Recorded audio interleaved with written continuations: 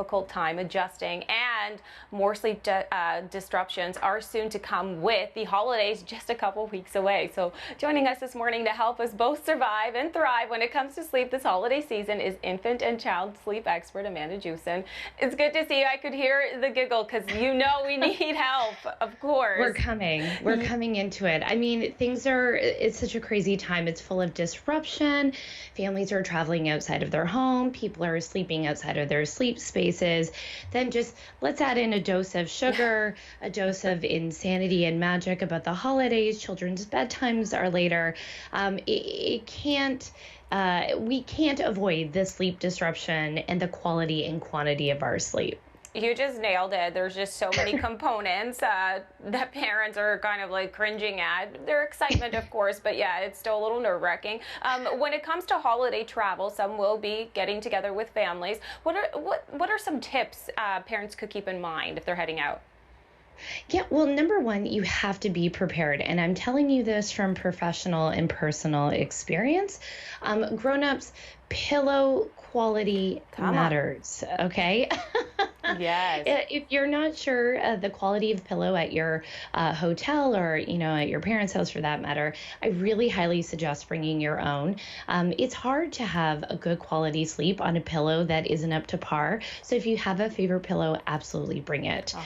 If you have children, bring what you need. So my husband and I have actually developed a shared system. So we have a shared reminders list, and we have all of the things that we need to bring for our children's sleep. Now, we're 7 years into parenting. We just figured this out. I'm going to pass this on to everyone here.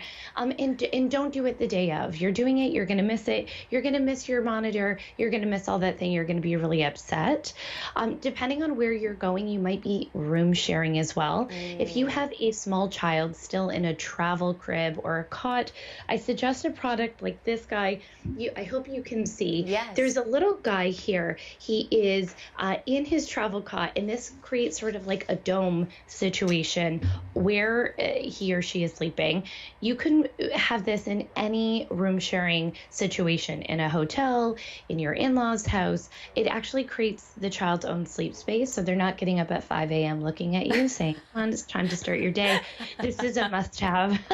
Again, personal and professional experience. See, but that's so nice to get that piece of information because you're living it, and so you can actually say, this does help me, and that's what it's all about. And then come after the holidays, after the sugar rush and everything, what can parents do to get things back on track? Look, the biggest things that we see are later bedtimes, and people don't like going from a later bedtime to an early bedtime. So what we want to do is we want to inch back slowly, 15 to 30 minutes at a time for both grown-ups and kids. Don't jump from a 12 a.m. bedtime to 9 p.m. You're not going to do it. Your body will be mad at you.